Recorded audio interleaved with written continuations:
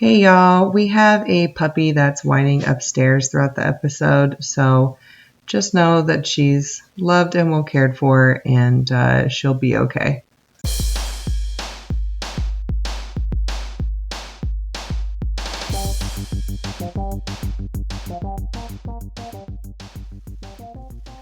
Hi, I'm Roxy. And I'm Diana. This is We Watch Stupid. Today we're going over episode 10, Sex, Lies, and Videotapes. Not an 80s movie. Is it? I don't know. It doesn't sound like it. But I also want to say, yes, there was sex and there was lies. I don't know where the videotapes came in. Well, they're on TV. True. Okay. We're really fortunate to be recording in person today because I'm visiting Pip in the Bay Area. Yeah. And she's not drinking because of her condition, but I've been drinking a lot. I've been drinking for 2. Yes, it's nice of you. Yeah. I really appreciate the support. Who do you want to start with? There's boring. Yeah. Meisha. That's. Oh yeah, Meisha. That's their pet name. Yeah, Meisha and Nicola didn't have a lot going on. Okay, so last episode, she had they had met his friend, and she had voiced concerns to him about just their relationship, and he kind of poo-pooed it away, said she was emotional. So it's the morning after, and she's still feeling depleted of hope. Yeah, she looks kind of bummed. She said depleted of hope. Oh, she did? And I'm like, wow, what a way to describe that. When their hero image came on screen and they looked grumpy at each other, you laughed. Of course. Okay. Was there anything about it that made you laugh? Just how they are. Okay. Just nothing that stands out. Just.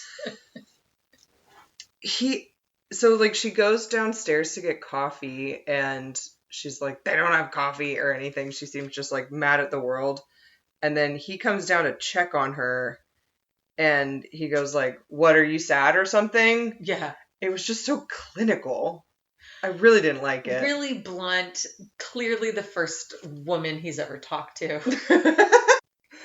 And he says in his ITMs about how in his culture, relationships are a lot more intimate and they're not showing displays of affection in public. Mm-hmm. That's not the problem. No. What was he talking about? Because I think, sorry. Go ahead. To ask you a question and then answer it for you. Yeah. I think that that's an easy fix. To hold her hand, that's an easy fix. But to wrap his head around what she's asking of him, that's hard. He also just thinks that she's gonna be they're gonna her sleeping on it is gonna make it better somehow. It's he doesn't have object permanence with feelings. Yes. That's so true. But yeah, I did get kind of annoyed when he said that, because it's just because you took a nap or does it mean that the problem's gone?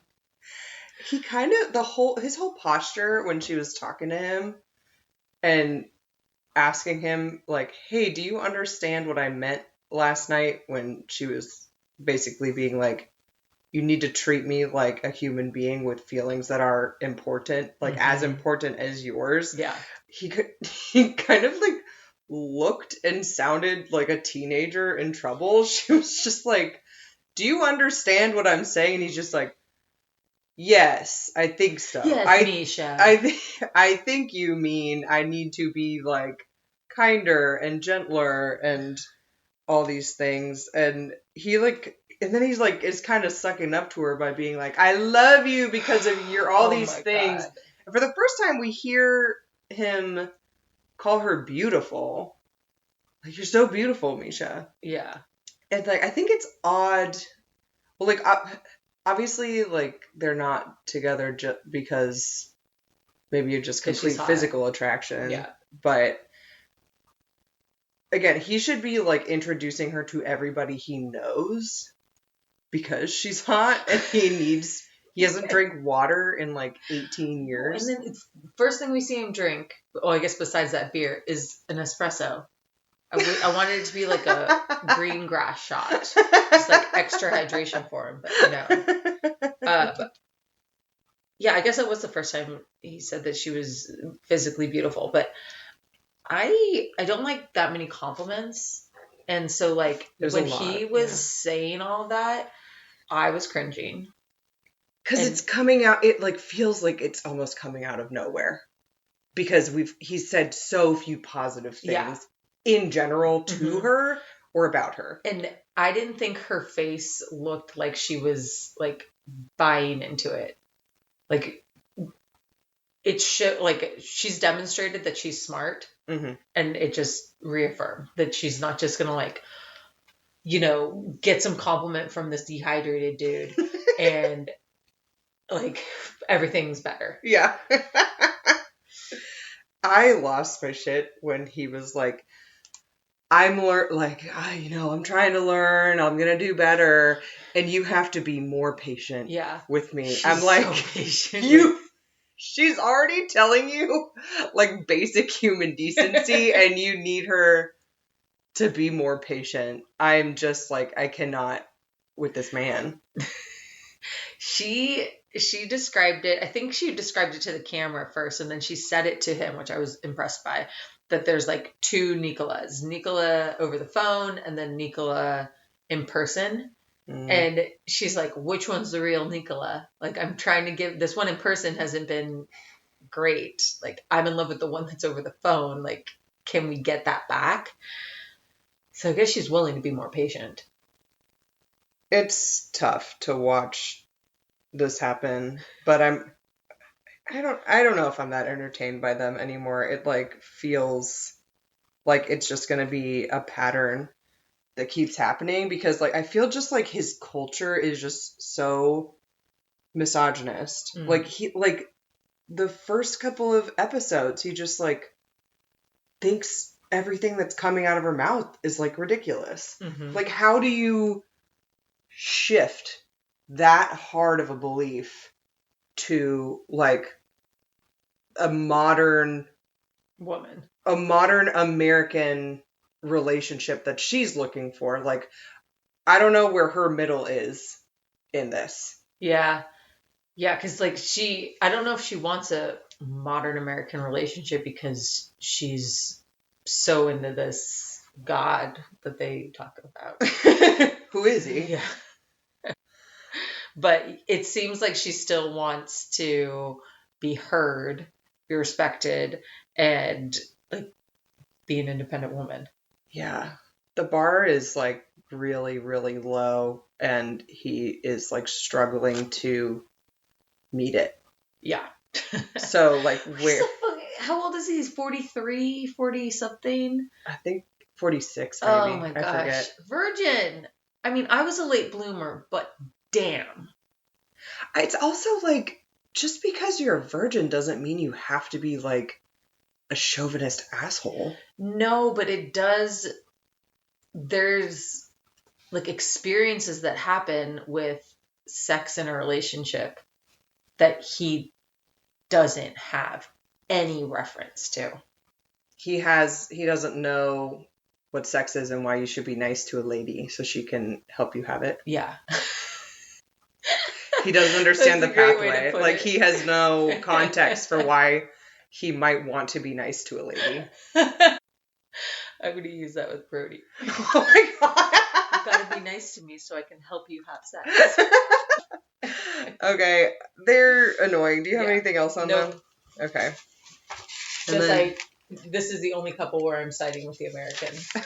Truly. Do you want to do Tyray? Because nothing really happened. Oh, toying with our emotions, producers. They're dragging this out in a way that makes me want to throw stuff at the TV. I'm like, why do we have... It's like a whole ass segment and nothing happens at all. Well, they're building it up, and I really hope that he is on next week's episode, because a figure has come to the door. A figure emerges. Yes. he's packing. So he's packing to go to Denver, where he's going to meet the real Carmela. Mhm. He says and they're playing some really freaky music, like baby make. Did you notice the like groovy, like funky baby making music? As he's packing his bag with jeans that have the tags on them still. I didn't notice. It kind of looks like he got a whole new wardrobe for Denver or something. Mostly because of that sweater that he was ironing. And Modesto does not get that cold, does it? It's pretty hot. He didn't need a puffer. No. So I did a little trip to H&M. He says he never stopped messaging Carmela or Christian. Sweet Carmela. Never stopped messaging. Yeah, Christian, you're right. The catfisher person. But they haven't responded, but they also haven't blocked him. Yeah. Which is like so bewildering to me. Well, if they block him, then they can never try to get money out of him again. Like, I get why they're not blocking him. Because Tyray is clearly a sucker. Yeah, he's such a mark. I don't get it. Like a mark for scams. Oh, okay. I thought it was like a Karen. Did you watch? Yeah, we watched White Lotus together. Yeah. Like, do you remember the dad when in the second season when Albie is like, this woman is trying to get him to give money? Yeah. And the dad, he's asking his rich dad for money, and the dad's like, "You are such a mark." Oh. That's what he meant. He's like, you are a sucker. Like, you are going to get, like, you are giving away too much. These women are going to take advantage of you. Tyray is such a mark. I always knew it. And then he nothing. Every time he opens his mouth, he says something more absurdly idiotic than the last time. Like, he keeps talking about this, like, journey or getting somewhere and a new beginning or, like, oh my God, his happy ending or whatever. It's like, you have no idea where you're going. And it's been a month. Like, he has had time to process this. It's like, he says, like, Carmela's, like, the real Carmela that he's going to Denver to meet is messaging him back. So maybe I'm getting somewhere. Where are you getting? Well, okay. Is it that he thinks that Carmela and Christian are in cahoots? So, and he did say that he wants to be able to confront Christian to quote unquote move on, which, no, I'm sorry, Mark, but you. His name's just Mark now. Marky Mark. Yeah. Like, you got scammed. Uh-huh. You are a sucker. You're aware of what you look like. Yeah. Or what you, like, come off as. Yeah. And you're just doubling down on it. I don't know. And then the other thing is, like, the producers have Christian's number. They got in touch with Christian. Real Christian, yeah. This real scammer. Real sweet Carmela. So, like, if you really wanted to confront Christian or, like, get an answer, talk to Christian. Like, couldn't the producers just give him his number and, like, get that conversation on? Well, he's clearly delusional. Like, the... Also, this is good TV. Let's meet real Carmela. Also, if Carmela is in cahoots with Christian, you think she's just gonna tell you? Like, none of this is maybe she'll meet him, see how pathetic he is with his steamed sweater and candle gift. Oh my gosh.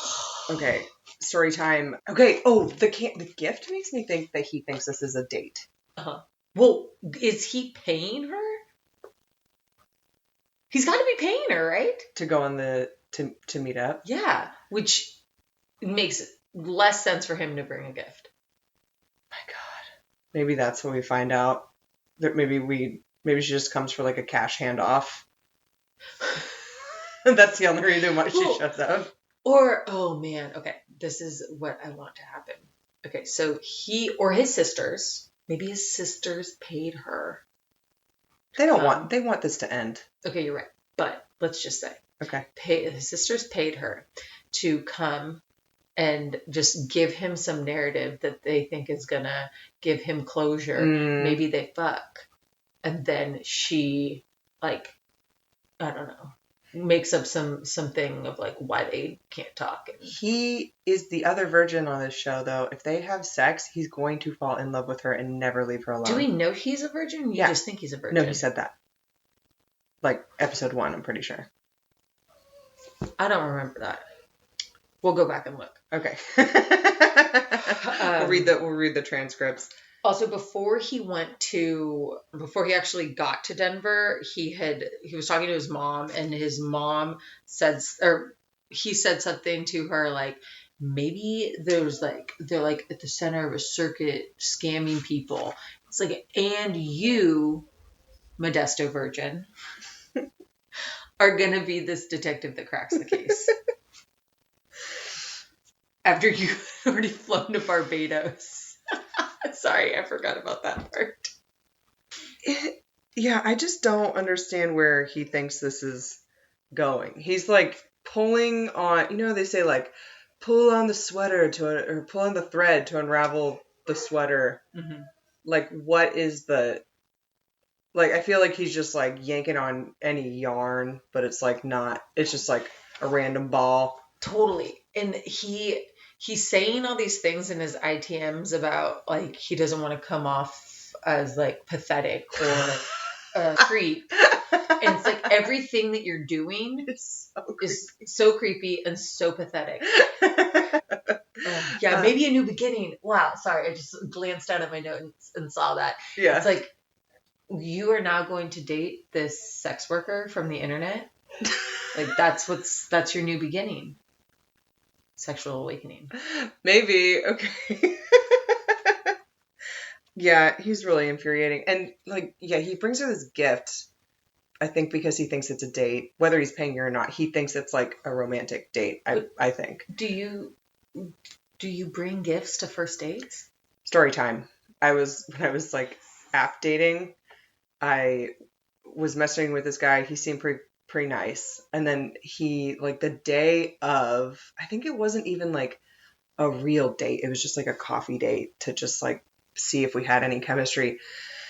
And he messages me like the day of and is like, don't you think it would be nice if we like both brought each other like a little gift on our like first date to remember us by? And I was like,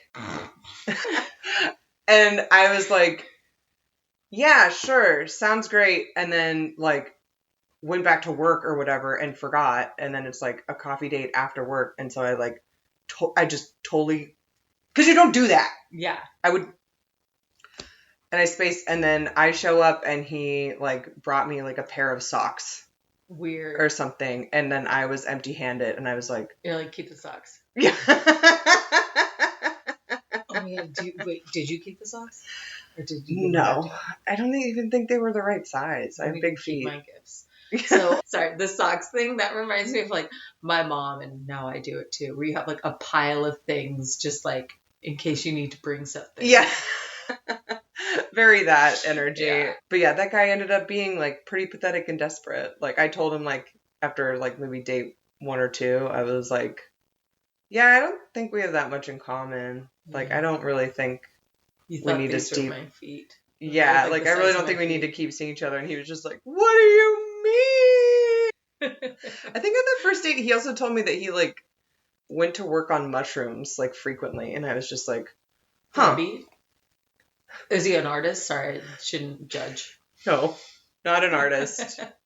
Like, I think was like a server or like a cook in a kitchen or something. That could be dangerous. Yeah, I was just like, huh.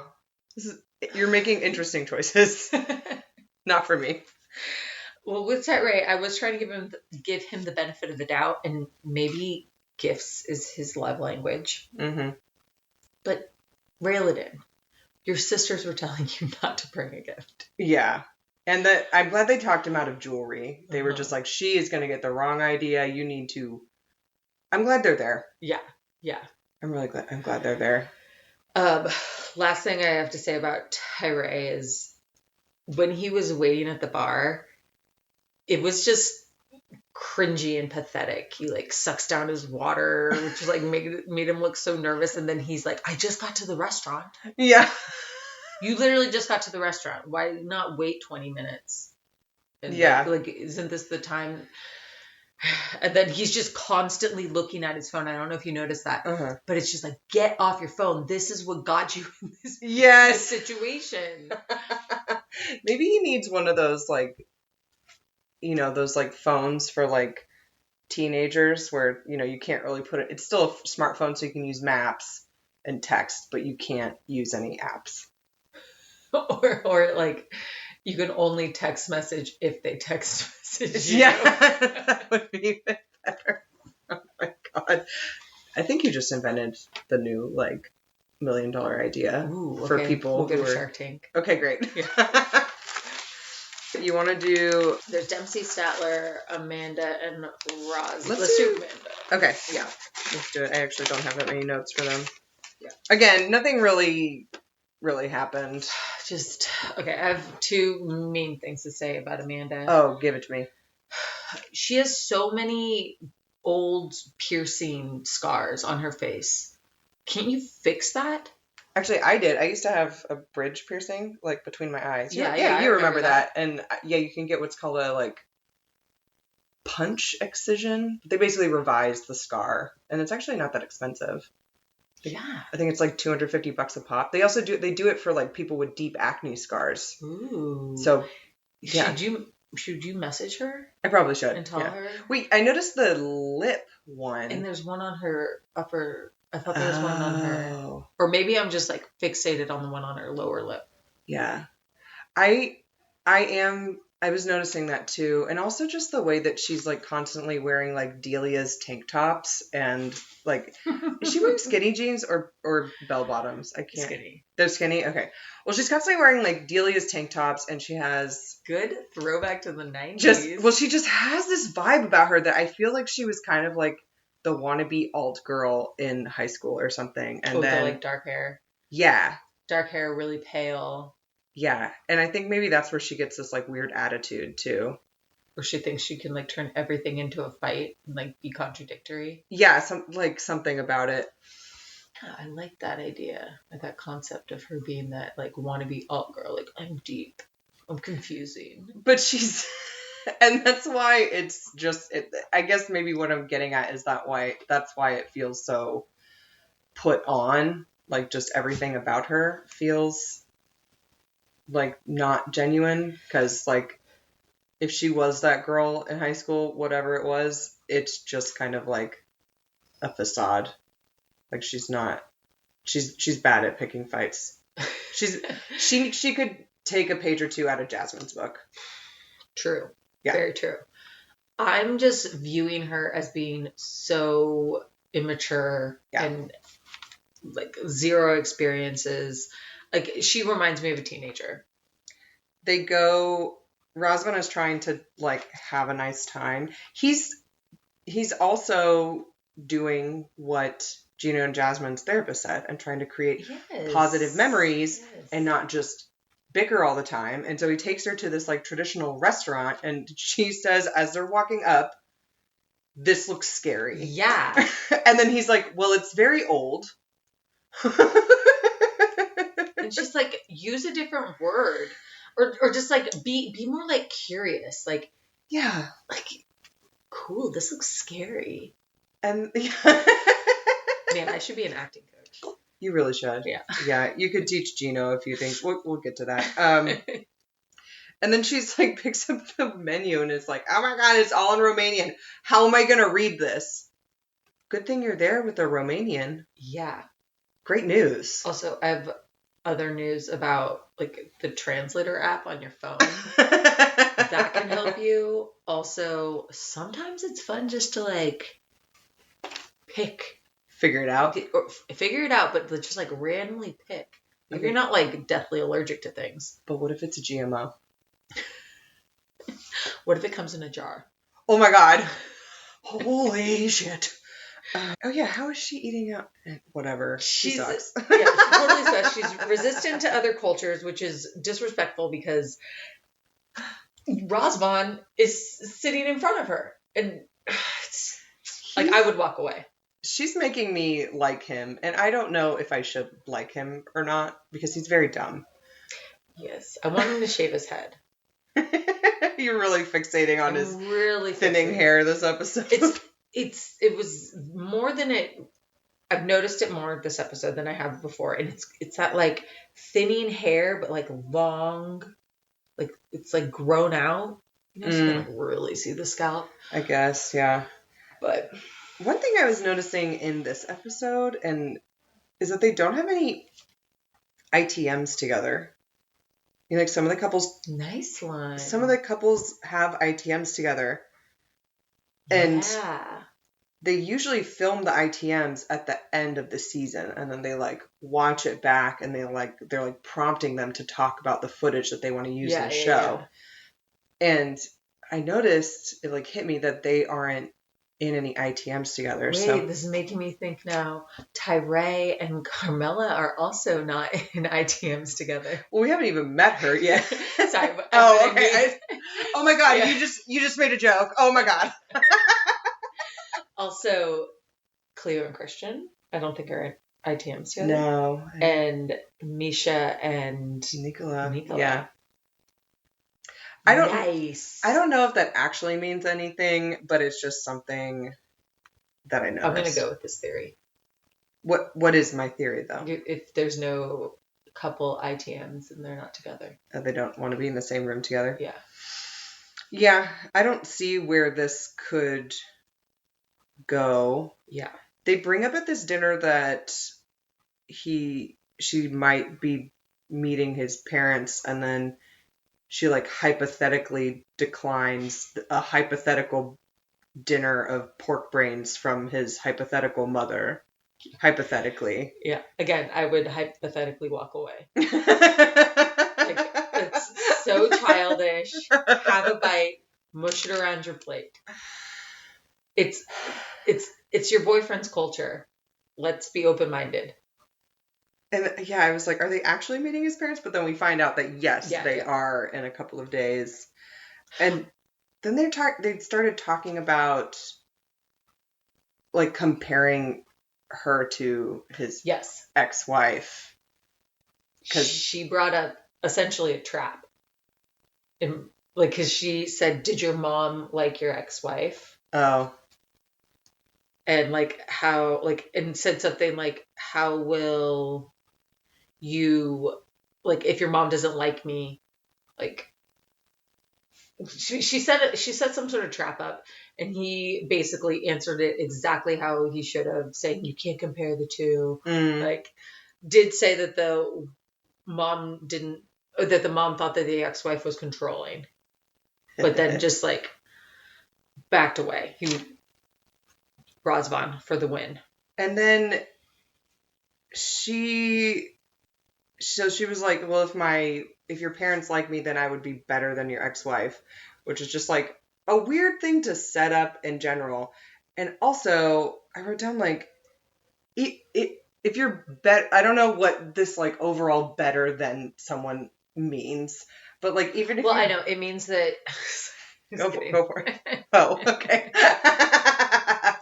But like, even if you're like quote unquote better than his ex-wife, like that doesn't mean that you're a good match. Exactly. Like just and from in the parents' eyes too. Like just because you ate pork brain and his ex-wife didn't or whatever, that still doesn't mean this is a good relationship. Yeah. And he also brings up that he said something like, my mom wouldn't like that there's a possibility of me moving to America with you. And then says that he's always wanted to move to America. Ding, ding, ding. This is part of 90 Day Bingo. Oh my God, are you in it for the right reasons? Do you just want a green card? I mean, the States are not that great, but I think for some, like, I think the idea is still there, but I also don't think that is the reason. And you and I were discussing, like, he wants to be Arnold Schwarzenegger. So yeah, he does. He wants to move to the States. Great. Yeah. And like, if you are like actually invested in this relationship, like that should be I also, like, I feel like Americans, like, so often on this show just, like, discount the fact that someone's leaving their culture and everyone they know behind to go to the US because they just want a green card. But it's like, you're leaving everything that you know. It's like not, it's not that fun. Totally. To do that. Yeah.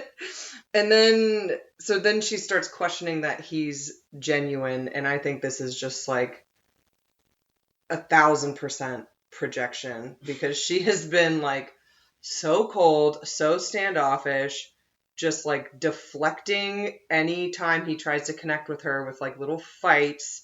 Like, it's just complete projection. Yeah. She's so fucking obnoxious. And she's a child. She's a child. Yeah. So then they go to a pool party, and Razvan is hoping that this will make Amanda relax more. Uh-huh.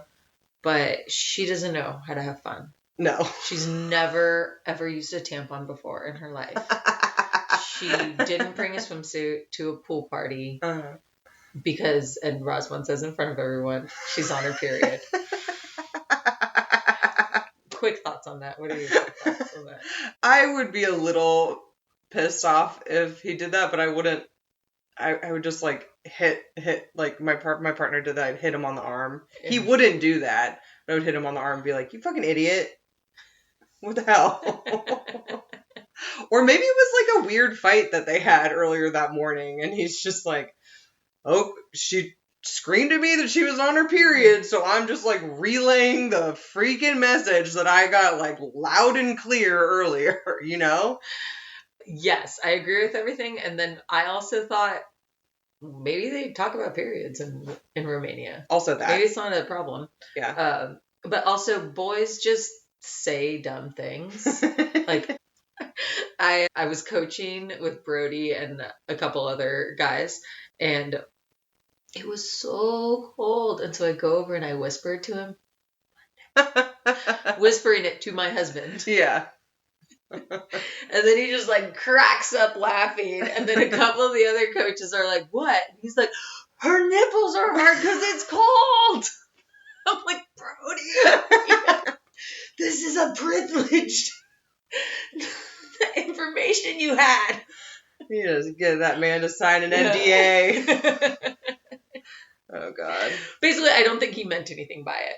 And then she is super awkward, and she's a fucking child. She's a drama. Makes drama out of everything. Yeah.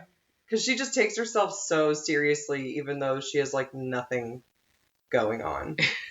Yeah. I mean, she's a mother, and, like, she had all this bad shit happen to her. But, like, if you were, like, a person working on healing that stuff, you would be a lot more interesting than what it is now, which is just, like, repress, like just jump into another relationship to like forget about all this stuff. She could start by healing her piercing scars. Yeah, outside in. That's what all therapists say. Yeah. Start with your outside first. So Diana takes her aside, or sorry, Diana. Which is what? Yeah, her butt doesn't quit. She's got abs. Mm-hmm. She has a lot of filler in her top lip that's like, it wasn't done well. Oh. But, you know. Could have fooled me. Okay. Diana is very insightful. Asks direct questions. Uh-huh. Do you love him or are you attached to him? Yeah, such great questions to ask anytime you are in a relationship. Yes. True. Yeah, ask yourself these things. I thought that Amanda did like take a moment to like reflect and think about the answer, and she says, "No, I'm in love with him," but she just I don't believe her. I don't believe her. Well, Deanna also makes a good point. She's like, "Okay, well it's been 6 days. You've been in Romania 6 days, so I have a hard time believing that you could be in love with someone after like being in person 6 days." Yeah. And she says, like, we love each other so much. I feel like I just started saying that with Brody. Like 8 years in. The words that are coming out of her mouth are just so empty. Yeah. Deanna is also picking up on like the weird staring. Yeah. And like I've noticed that before, that she just like stares at him really hard. It I didn't really know what to make of it, but it is like a controlling thing, because she's just like trying to like show him in this like quiet, passive aggressive way that whatever he's doing is like upsetting to her. But then she doesn't have to communicate exactly what's upsetting. She just has to stare at him, and then that makes him like anxious and makes him want to like maybe like, what's the word? Just kind of like bend to her, or like do whatever it is that she wants. Like a little shame. And yeah, now it's creepy. It's super creepy. Did you ever have that sort of thing in any sort of relationship in your life? Like dagger stares? Yeah. No, I don't think so. It's one of my longest relationships. It's probably my longest relationship. It's my mom. Oh. Like, that's what moms do. Yeah. Like, yeah, your mom stares at you and you're like, what is she mad about? Oh, I'm not sitting up straight. Like, yeah. Like, it's so creepy, and it is like such a covert way of being controlling. Perfect for a mom. Not good for a romantic relationship. Yes. I love that Deanna's just calling out. And another thing that I should say, I think it's totally chill with moms to an extent. Not cool almost at all in a romantic relationship, and it is toxic. Yeah. Yeah, because it's 1,000%. totally controlling, just like the ex-wife. Yeah. The mom's going to pick up on it too. Mm-hmm. Yeah, I'm just so curious what Amanda like got away with, or like what her husband, late husband, late husband, how did they treat each other? Like, where is this behavior coming from? It's like very, very bizarre. Yeah. I guess, well, I just assumed that he babied her, or like told her how to live and stuff, and she probably also thought he was like great and like could do no wrong, and so then when Razvan is doing things that make her mad, she's like, oh well, when my kids do things that make me mad, I do this dagger stare at them. So like the whole like, oh, I just want to go talk to your girlfriend, that's like clearly, you know, like production driven. Like, people don't just do that, like whisk people away. I'm gonna start doing that in real life. I think there needs more drama in my life. Okay. But I noticed that, like, because sometimes when people do that, like, you will see like the sun go down. Like, they start talking and it's light, and then it's okay, clearly they've been out there like reshooting this for like 8 hours. But with this conversation with Deanna and Amanda, the sun is like the same. And Deanna seems like very genuine. So I don't know, I just noticed that it gave me a lot of confidence that this wasn't like a super scripted conversation. Well, she seems very straightforward, where maybe she does like pull people aside. Maybe. Yeah. So Amanda says at one point that, I think she's paranoid when she says that. I'll just say that now, that she's questioning why Deanna is asking these questions, and maybe she has a crush on Razvan. And idiot. I think Deanna like kind of, she says, I'm protective of him. He's my friend. Like, that should be. Don't they do TikTok porn together? Wait, what? Not TikTok porn. Deanna and Razvan? Don't they work together? Isn't that how they know each other? Oh, yeah. Yeah, I think they did some kind of acting. That was weird of me to say. TikTok they do. They're acting. Something like that, yeah. I think she's just like intimidated by Deanna, because Deanna is straightforward, and I don't think we've seen anybody this passive aggressive on the show before. Like, Amanda is like textbook. And it seems like Deanna has had more than one relationship in her life. Yes. I feel like Deanna probably fucks. Like, that swimsuit, she looked really good, and she had like that cool like lacy top. She had like cool tattoos. Yeah, Deanna fucks. Yeah, she does. She fucks, and she doesn't fuck around. Yes, exactly. She gets to the point. Mm-hmm. Yeah. And I bet you she uses tampons so she can swim whenever she wants. Yeah. Seriously, what the hell? Child. Does she have a girl? Or is it both boys? No, there's a girl. I think. Oh my God. Ugh. Can I just say, on my first period, I had to use a tampon. Same. Well, we're swimmers. I had to do it for like water polo practice. But there were so many people who just like would miss it or whatever. And my mom was like, there's a tournament, you're going. And she looked at me. Dagger stares. Yes, and ma'am. You figured it out. Yeah. Okay. Anything else on Amanda and Razvan? No. Do you want to do Dempsey and Statler? Yeah. Okay. Yeah. Statler said something weird that... Well, she had a lot. Okay, so she says a lot of weird stuff. But she says, like, Dempsey... I feel like Dempsey accepts me. And I thought that was really interesting. Like, what is she accepting about you? The awkwardness. Okay. Is what it was. Yeah, like, I mean, I feel like Statler is more on the spectrum than Cleo is showing that she is. Well, she said that she has ADHD, and often I think like ADHD and autism kind of like run together. They're like, I mean, it's neurodivergent, right? Yeah. But I don't have any patience for her extreme weirdness. I don't have any patience for her internal, like, not having an internal monologue. Yeah. Sorry. I wish she didn't say that she had ADHD, because I'm like, you don't have to be like this. Yeah.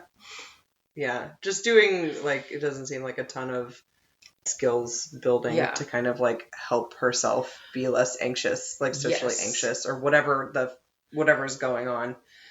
That question, or that comment about feeling accepted made me think, like, she's maybe has a little bit of Riley stuff going on, like looking for rejection everywhere, like expecting to be the victim in some way, maybe. True. Can we talk about this cold shower? I can't believe, why are we seeing so many blurred nipples? You just want to see regular nips. Sure, but just like, why are you doing this on camera? Yeah, it was weird. But okay. I mentioned last week, or maybe it was the week before, that I identified with Statler when she said that cold is her version of hell. Yes. So if someone was telling me that I needed to take a cold shower, there would be many steps I would be taking to protect myself from the cold. Okay. Okay. I'm not washing my hair in the shower. The hair gets washed in the sink. I don't want to have wet hair dripping down while I'm getting cold water splashed on my body. Okay. First mistake. Okay. And that's one of the, and then also she should have had like a cup of tea and a robe waiting for her immediately instead of her dripping hair. Like, I was just like, if cold is your version of hell, then you like hell. Yeah.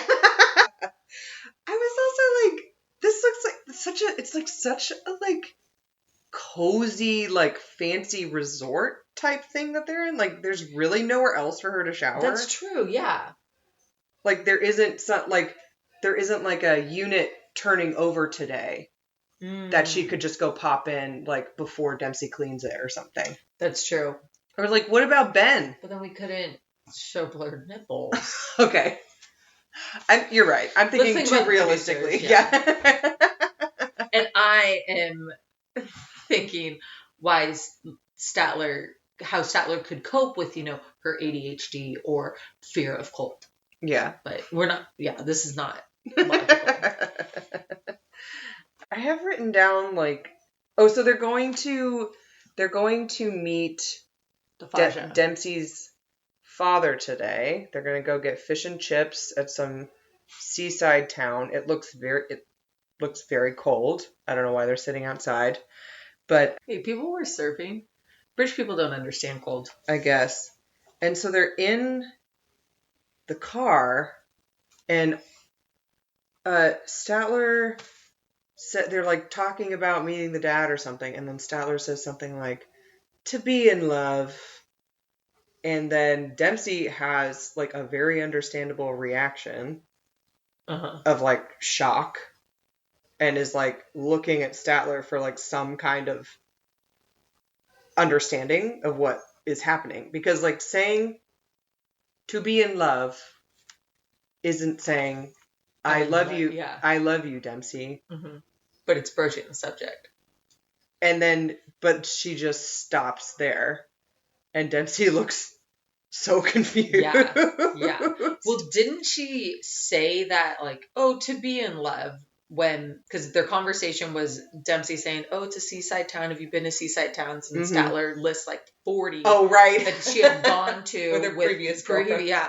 And then I wrote down, Dempsey's awesome. She says what I would be thinking, which is, how does our relationship compare to the other one? Where you've like traveled all around, apparently.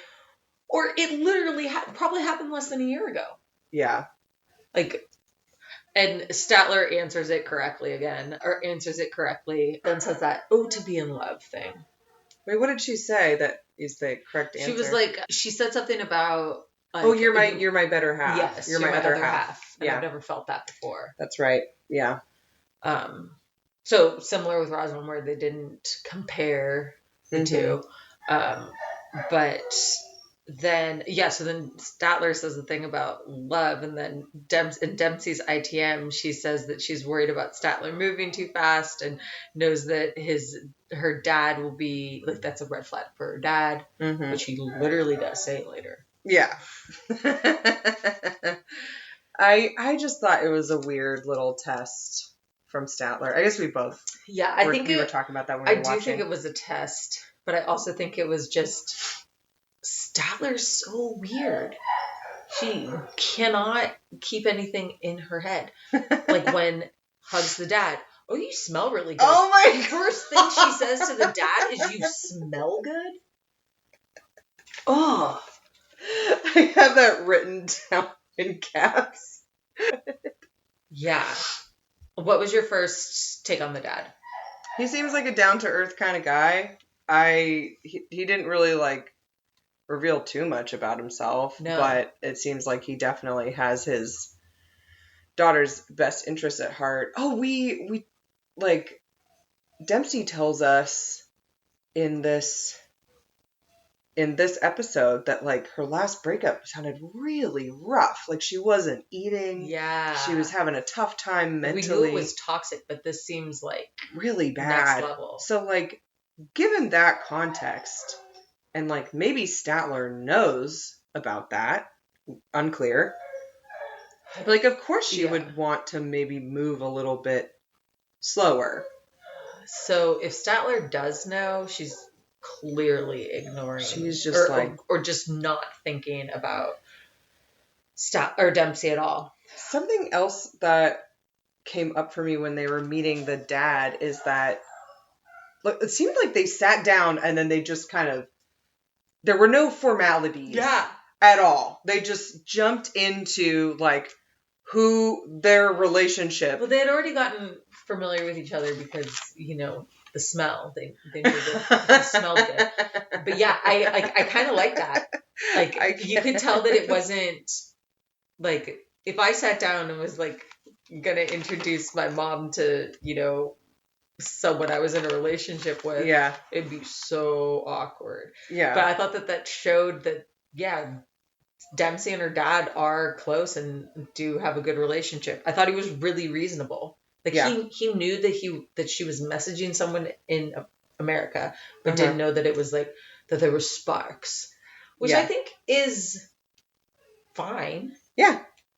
I think that Dempsey, in her mind, is nowhere near as far along in this relationship as Statler is. I mean, obviously. Yeah. Because Statler's like, well, the next logical step is moving in. Yeah. We'll haven't said I love you yet. Yeah, we'll get there. So they're sitting down, then, you know, it just, they get right into it, like you said. And then Dempsey gets up to go order the food, leaving the dad and Statler together. Thank you, producers. Yes. Did you notice that, and maybe I'm making too much out of this, but when Dempsey was introducing Statler, she said, "We're in a relationship." She didn't say, "This is my girlfriend." Yeah. Do you think that's significant? No, I think that means the same thing. Okay. Because I feel like there's a point when you're like seeing each other and then you like DTR, you define the relationship. You get a label or whatever. Yeah. And so I'm like wondering if just saying you're in a relationship is enough or if it's like important. To say girlfriend? Yeah.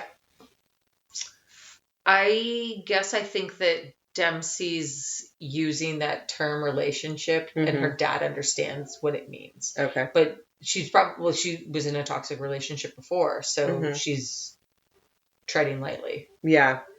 So then like Dad and Statler are left alone together and Statler just like immediately tells just all of her red flags just like fall out of her mouth. Yeah. Like, I had a previous like British girlfriend. I have a English person fetish, and says how the relationship ended. I'm sorry, I didn't know if you were going to get to that. Yeah. But like, says I was moving too fast. I wanted to move in. She put a stop to it. Dad does not need to know that. No. Oh man. Then, if you want to keep going with her word vomit, and then she starts telling him that my lease is ending a month after I go back, until like obviously I have to move here, and like the dad just kind of absorbs it. Yeah. I think he does a really good job of like not reacting. Yeah. He's a girl dad. So probably been here before. Yeah. Just like, what did you just throw up on me? Yeah. And which I think just goes to show he is like, I don't know. He's open to he's open to Statler. Exactly. He's open to getting to know her. Yes. But she is just so anxious. Oh, another thing I wrote down. So she's talking about when they're walking to meet the dad, how she wishes she wore black pants because her stomach is in knots and she's worried about shitting herself. And I think that is further proof that she never had a parasite. She was just nervous. I just really, really need everyone to know that she didn't have a parasite. You cracked the case. You and Tyray are detectives. Okay. Yes. Side note. Good point. And it's just like, also, Dempsey, why are you so like nothing like keep it in your head? Yeah. Keep it in your head. Oh, my stomach hurts. Yeah. But no, she's got to say it to Dempsey. So the dad knows about Statler wanting to move in before Dempsey knows. Which is kind of disrespectful. That's awful. I think it is so awful.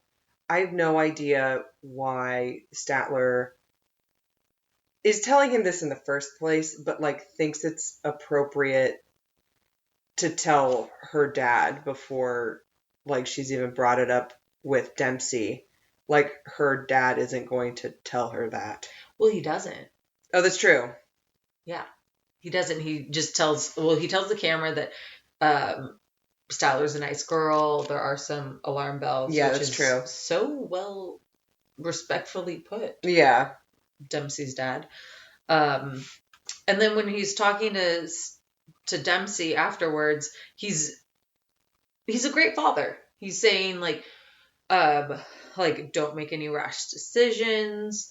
Don't let her push you. Mm-hmm. Which I think is like very perceptive. He really was just kind of like sitting back and letting Statler like tell on herself. Yeah, and then, totally. Oh, sorry, we got a dog upstairs. Tell on herself and then just kind of like reflecting his observations back to Dempsey. And then Dempsey kind of takes that to heart. She's like, I think maybe I need to take a step back. I forget if that was like on the pier with after fish and chips or if it was like in an ITM. Yeah. But I'm curious how you take a step back while you're living with someone for a month. Well,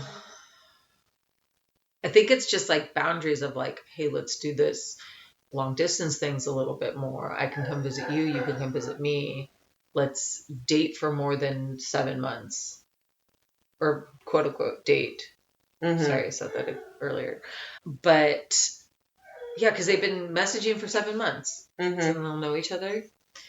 And then, yeah, you don't move in together. That's also Statler. This whole I mean, she's just working herself up into a panic with this my lease is expiring a month after I get back. So there's she's just made this dumb rationale that again, that's the only option. Again, there are ways to cope with your ADHD and anxiety. Yes. I was just thinking today, I'm like, oh shit, I feel behind on baby prepping, and I'm like, you know what'll make me feel better? If I just buy the damn crib. And so I'll talk with Brody, and I'm just gonna buy the damn crib, and I'm just gonna feel better. Yes. So yeah. Figure it out, Statler. Yeah. Just figure it out. I'm glad you're doing that for yourself. Thank you. I should also thank my mom for my educational therapist when I was a child. Oh, good. And her stares. Good. So then they Then it's Valentine's Day. Then it's Valentine's Day the next day, maybe? And Statler says some dumb shit I'm always single on Valentine's Day. Who gives a fuck? It's a fake holiday. It's a fake holiday. Is it even Valentine's Day in England? Oh, good point. I don't even know if they celebrate it. It was in Australia, so I'm assuming. Oh, okay. Sorry. But yeah, she's always single on Valentine's Day, and so it looks like she's putting together some kind of weird... She said scavenger hunt where she's leaving roses all over the place. She had so many damn roses. And then she was leaving one at each station, which was how long is a scavenger hunt? I was hoping it would be you leave little clues around, and then at the end you get I thought she was gonna combine all the roses and make a mega bouquet. But but maybe you collect all the roses and then you have a mega bouquet. I don't think it's going to make sense to anyone. And I was just making notes because she's why does she need to move so fast? What? I don't take her being adopted as why she needs romantic love. I think she's creating it in her head. I think she is smarter than she's acting, and I don't have any patience. I think she's just so... I think the way that the adoption abandonment issues come in is she's so nervous about being broken up with, or not having a relationship. Also a good time to ask for Deanna to come in and be are you in love or are you attached? Just move her from one segment to another. Amazing. Or we need a bartender. Yeah. Yes. But yeah, I think she just thinks that if there's these trappings of a full-fledged relationship, the saying I love you, the living together, that everything else will just work out. You don't have to work on your communication or your anxious attachment style. You just have to move in together, because then it's real and she'll never leave you and it's fine. Yeah, that's a fantasy. It's really great for her to think that. Good point. Yeah, it is a fantasy. The last thing I want to say about Statler is when you kiss a piece of paper, you doing it like she did it? Open mouth? Yeah. No. Oh, that was so awkward. Wet. Just that's not the cute lip. Yeah. Last thing I'll say about Statler is that you massage someone's feet after work. So true. Not before in the morning. I wish I had more compassion for her and her neurodivergence, but no. There's I don't know what the balance is.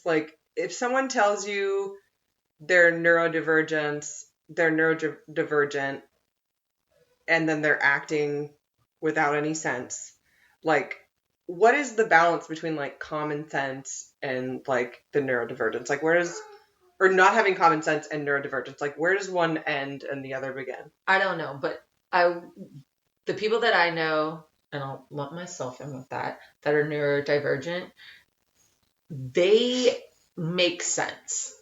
This does not make sense. Like I don't know, like I'll be like doing things in the kitchen and it like might not make sense to like Brody or maybe you, but it makes sense. Like something has been done more efficiently. I can't explain how, but it happened.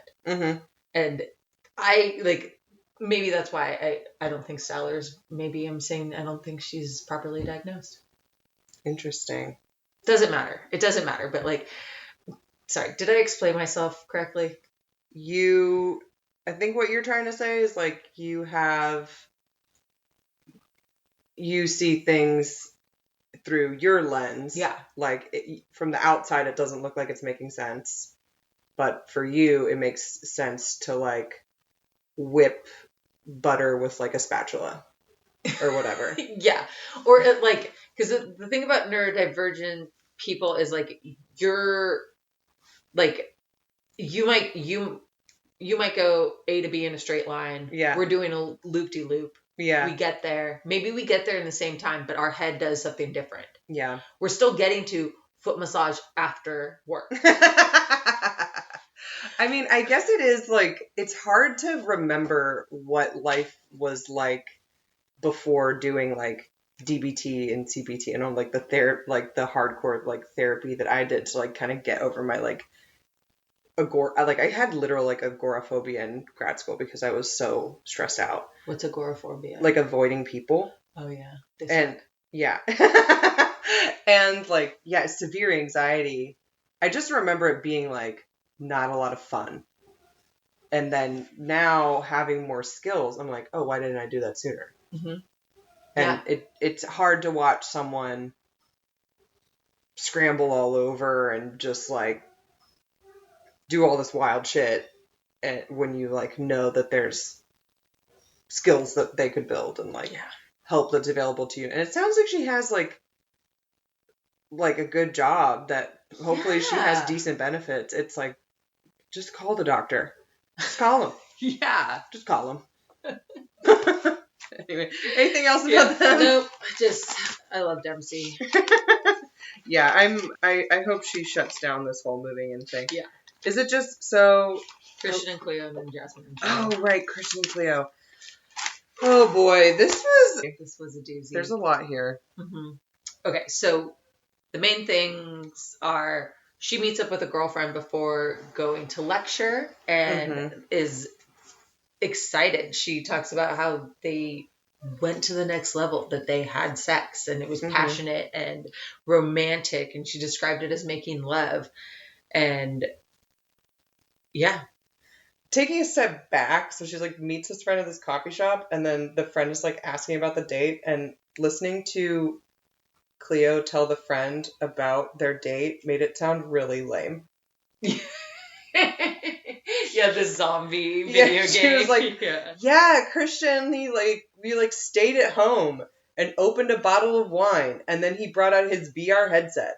Yeah. And like, she's talking about in this very sweet way, but just like hearing it said back. And I know I was like pro this date because I know it was like an attempt to make Cleo feel more comfortable, but then like listening to it back, I'm like, oh, this was like very, very low effort on his part. He brought that VR headset from wherever he's from. Merca. Yeah. Yeah. But they had, romantic and passionate sex. She seemed stoked about it.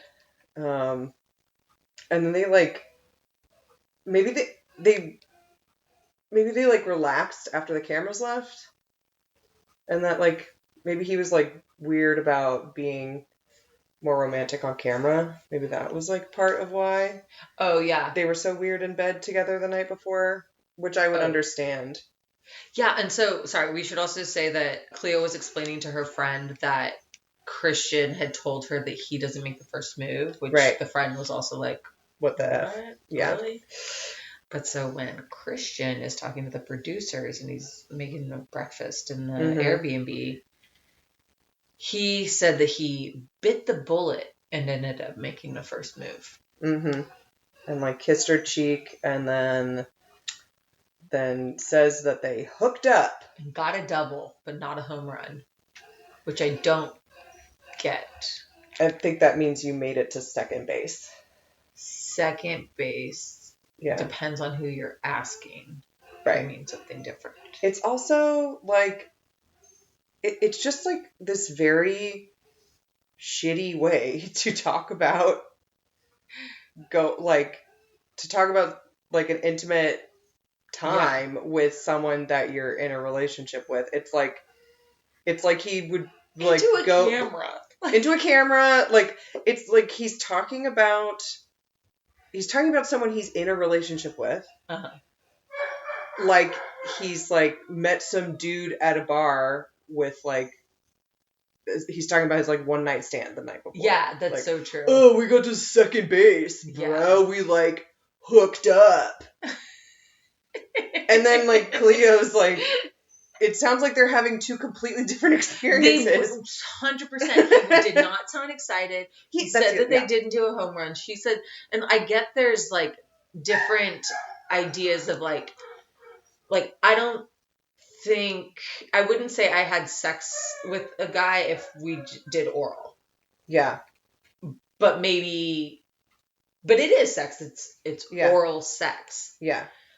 But what's odd is, sorry to jump forward a little bit, she's explaining to Jane, because she gets upset.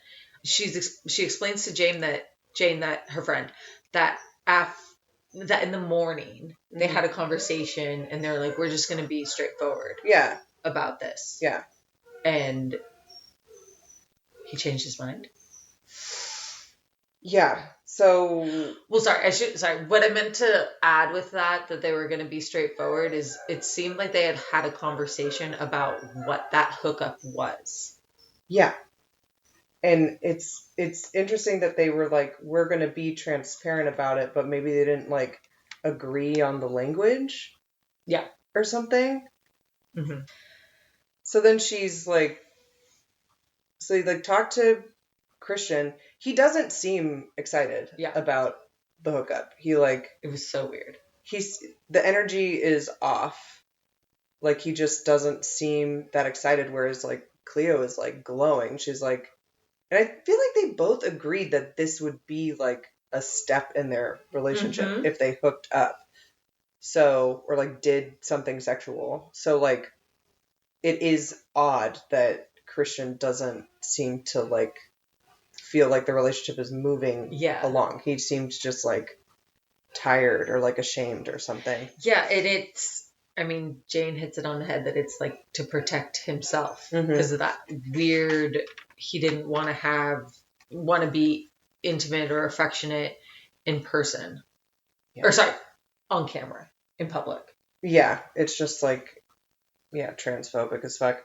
So what's interesting, I'm getting the timeline mixed up. So then it like cuts to like Cleo has left her lecture, or like maybe left early or something, and she's crying, and she like meets her friend again, and then the car back to the Airbnb, she's like telling the friend that like they were texting about being asked by production about like, did you tell anyone having sex or whatever, and then I guess like Christian described it as like a hookup, and he didn't describe like whatever sex acts they did, or like just described it differently than Cleo was. Yeah. And so she took that as him she's like offended. Yeah, which she should be. So, do you not think so? I have like, obviously I think Christian is a dumbass and a transphobe and not cool and a potato, and I don't like him. But then I'm also like, he's allowed to disclose what he wants. Like, if you didn't have like a script that you agreed on, and you said we were going to be transparent about what happened, and if she didn't say like, it would make me like, it would validate my like gender identity. It would validate my, like, our relationship Mm-hmm. if you were, like, proud. Or, like, well, maybe not, that's not the right way. But if you, like, disclose, like, completely. But I also feel like he's allowed to disclose what he wants. And I understand why she is disappointed. Because Yeah. she is probably sick and tired of being rejected by straight men who are like, think that being with a trans woman makes them gay. And that's a bad thing. Yeah. For some reason. So I get why she's disappointed, but I also feel like Christian's allowed to disclose what he wants. Yeah, but then he kind of tries to tell her what to disclose and not to disclose. Oh, I missed that. Well, because he asked, like, have you told anyone? And she's like, yeah. So to me, that was like him saying, like, oh, let's not say anything. Oh, yeah. He's a weirdo, man. Yeah, he's a weirdo. I really feel for her. She's hurting. I do kind of think it is gaslighting. We'll see what he says next week, but like, it's kind of interesting because you were so passionate about, like, him describing it in baseball terms, like, so upset about him describing it in baseball terms, but you are, like, giving him a pass on this. Well, you just, it's shitty the way that he talks about it. He's also allowed to talk about, like, disclose or talk about it in the way that he wants to. And I think when it comes to something like this, like, it's not the same as giving, like, consent for a sex act, but, like, I do think you could revoke consent to disclose at any time. Okay, yeah. Because, like, go ahead. But the gaslighting bit came in because I believe, so they were texting before the lecture, and then she went out to give him a call before the lecture, maybe at the beginning. And he was telling her things like, I think it's better, like, not to disclose, like, XYZ to protect you. Oh, it's not right. I forgot that part. Her. Yeah, it's protecting him. Yeah. Because his parents and his whatever idea he has of himself. Okay, I forgot. Thank you for reminding me of that. Okay, so yeah, he's still a fucking piece of shit. I do think he can disclose or whatever, but yeah, you can't if she wants to talk about it and you said it was okay. Yeah.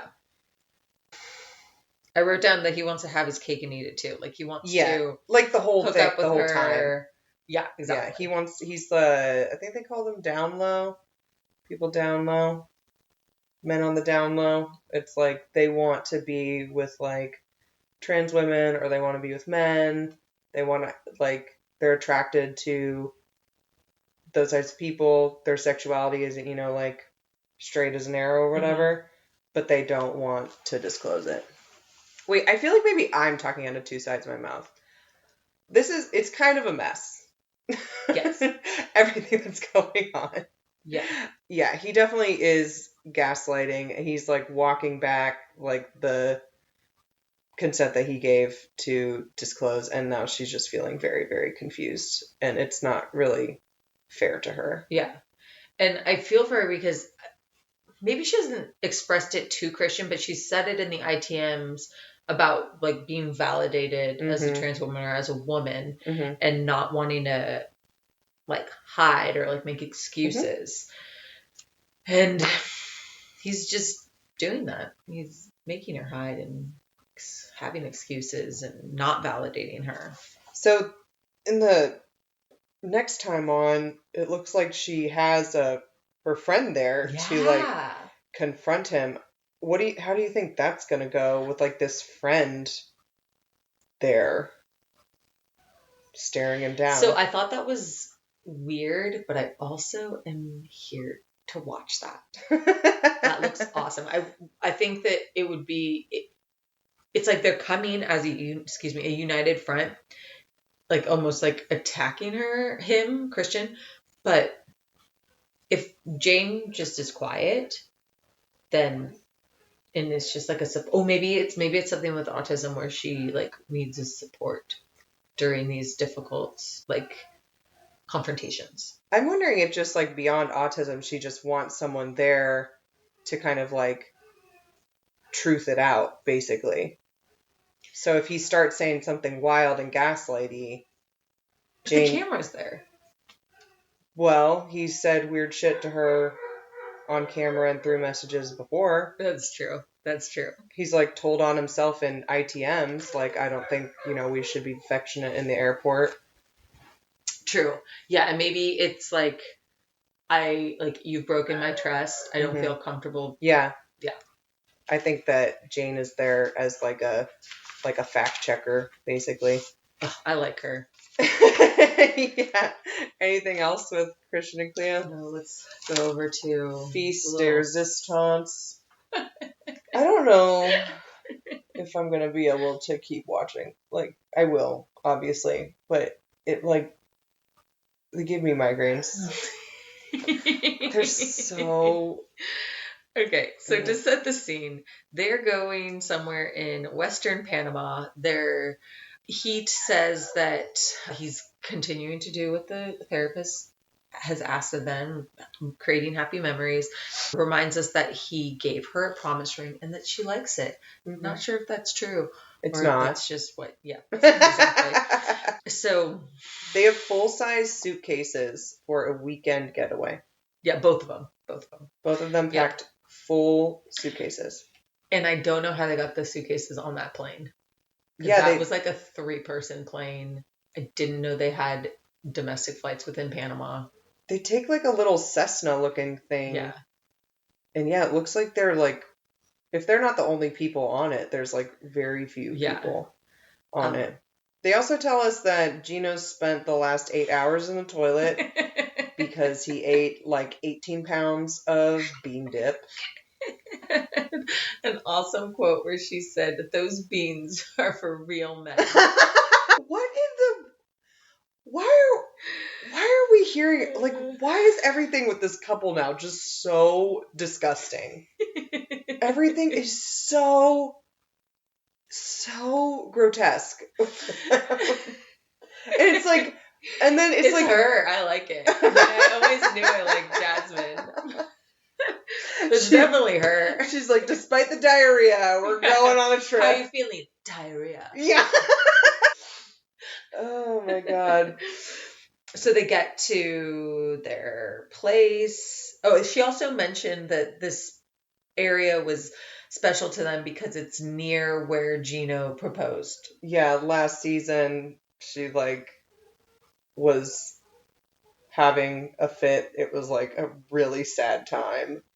I forget exactly what happened, but I remember they were like in the pits of despair, and then he proposed with like a $150 ring that she probably threw down the toilet at some point when she was mad. She lost it. She lost it, yeah. So they're in the room, and then she starts talking sexual. Mind you, he has his sleeping hat on. They're in robes. They're both in robes. Yes. And something about this to me felt very scripted because Gino just sounded like he was reading off of like a teleprompter to me for some reason. But maybe it's just because he's like so awkward and dumb. I hope the producers didn't tell him those things. I don't remember exactly what he said, but it was just like it was gross. But so she's got this like hot little outfit on. Yeah. She looked good. Blurred nipples again. She was embarrassed too. Did you see that? She covered her face at first. She's being they pull all these sex toys out of their huge suitcases. Yeah, 0 to 60. Truly. There was no lubrication, no foreplay for the viewer. Or the cameraman. They just start unwrapping a pile of sex toys and then whips. Then he puts restraints. He puts a ball gag and the ball gag and handcuffs on her and starts smacking her ass and saying I'm in control. You've been a bad girl. It was so. That's the teleprompter stuff you're talking about, right? Yes. Yeah. And I just wrote no. No. I don't want this. Who's asking for this? Yes. I still think that Jasmine deserves a producer credit. I bet this was her idea. He's so splotchy. Like, his chest is so splotchy under that robe. It really took me out of it. Jasmine wants to know what's underneath. It's splotchy red eczema skin of a 6-year-old man. True. So then we find out something that Roxy is really, really happy about. I might hurl. Jasmine is so excited to share with everyone and to remind Gino that he ejaculated for the first time during sex. I'm just speechless.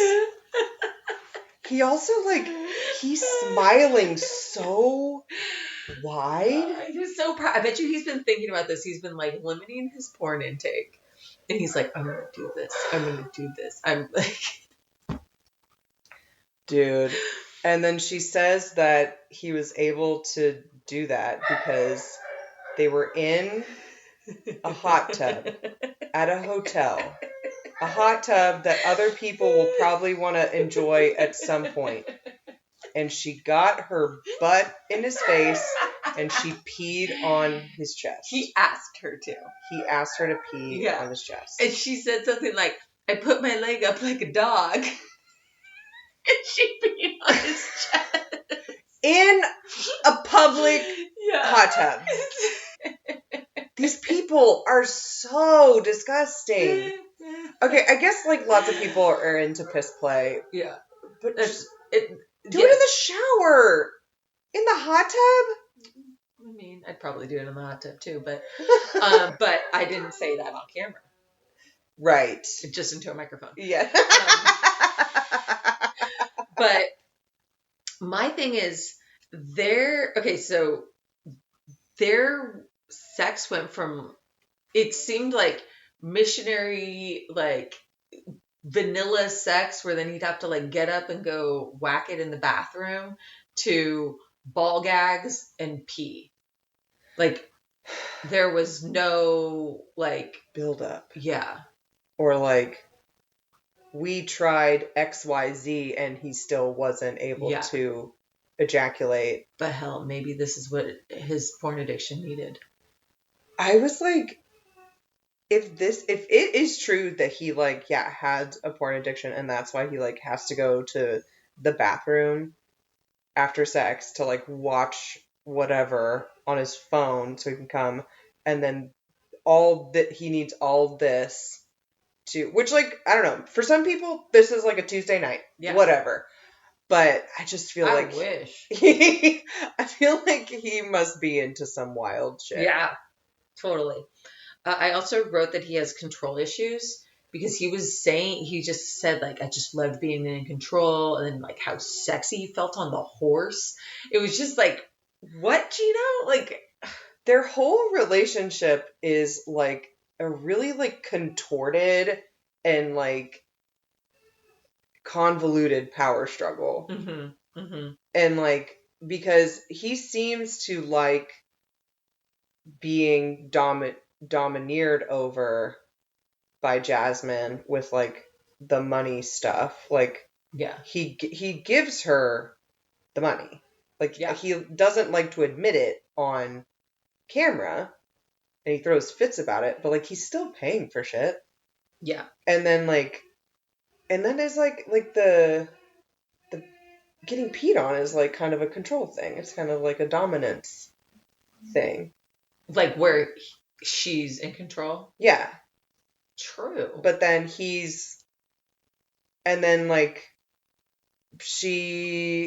treats him she's oh, my gringo bonito, and is really weird and creepy, trying to be a little woman for him sometimes. But it's just it's just very what's the word? Just kind of intertwined, just or inconsistent, contradictory. For them, I think it's consistent. It's consistent. Okay. Because they keep doing it. But yeah, this was really, I don't really want to know any of this about them, but we're here. So, so then they like, okay, so yeah, I don't really want to talk about their pee play anymore. Then they go on like I'll find a way to bring it up. They go on like a horseback ride, and he's like, I hope being on this horse will like turn her on. And I'm like, bro, you're like wearing a fanny pack and your like dumb hat with like a bike helmet. Yeah. You don't look that cool. And Jasmine is like turning around on her horse like, I can't believe we're making these memories. I love you. I can't think of anyone else I'd want to make these memories with. So cheesy. Poor tour guide. I think that means they are leaning into whatever the therapist says, though. Yes, true. Yeah. I just don't like things like that being said in general. So when it happens in front of people, it makes me... Keep your fucking love to yourself. Dude, seriously. I said some nice things to Brody today, but it was just to him. On the phone. Yeah. No one else could hear. Yeah. I think you heard some at the end, but I said some like nicer things earlier. But it's like, come on, I'll deny saying nice things. Yeah, he doesn't have a record. He doesn't have a record? Yeah. Unless he's recording your phone calls. Oh, you're right. He can't tell on you. Exactly. So then after this lovely tour on the horses, she has to bring up some drama. Okay, but first, they got off the horses and Jasmine was like, take a picture of me with this horse. That horse was serving. Oh, yes. Yes, thank you for bringing that up. Yes. The horse, like, Gino was taking the picture of Jasmine. She's standing there, and then, like, right as he snaps the picture, the horse turns and gives, like, face. Amazing. Yes. Incredible. Yeah. Okay, anyways, yeah, Jasmine.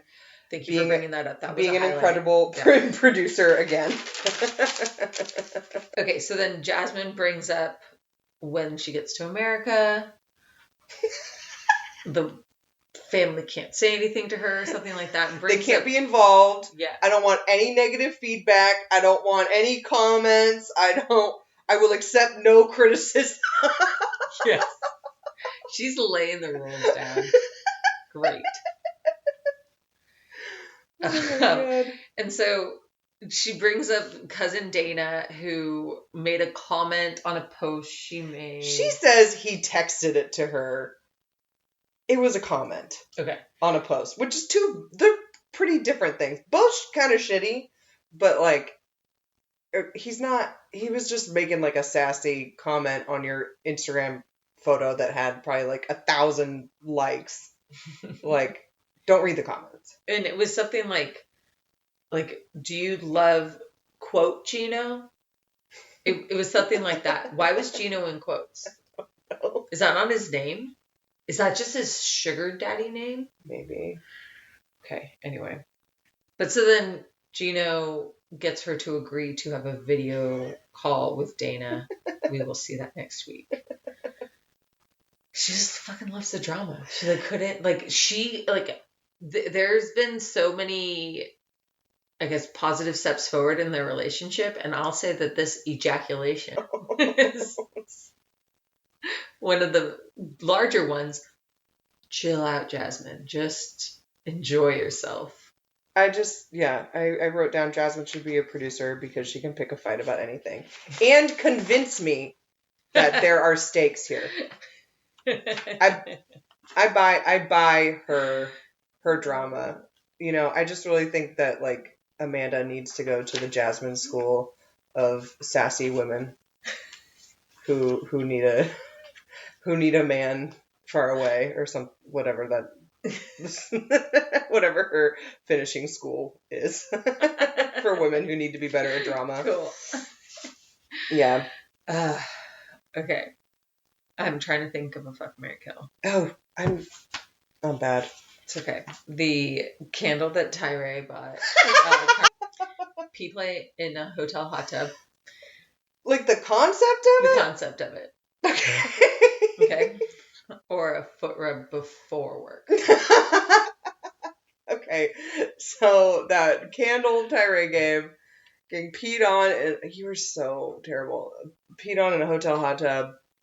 or getting a foot massage before work. Okay, kill being peed on in a hot tub. I don't want anything to do with that. Oh my god.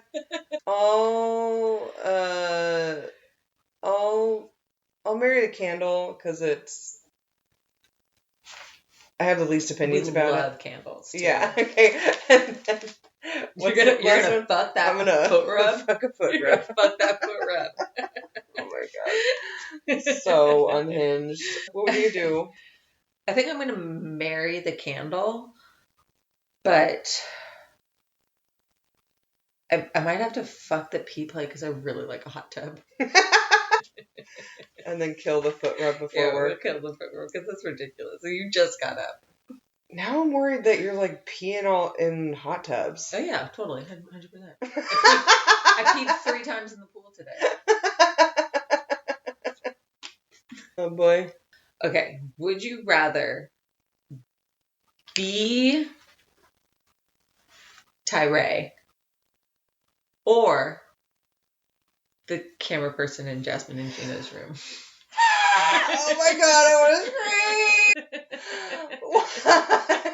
scream! Or the answer is clear to me. Is like, okay, the cameraman, that's traumatic, but it is finite. It's fleeting. Either way, it's going to live with you forever. Either you're going to be Tyray forever, or that memory of Gino and Jasmine is going to be burned into the back of your brain forever.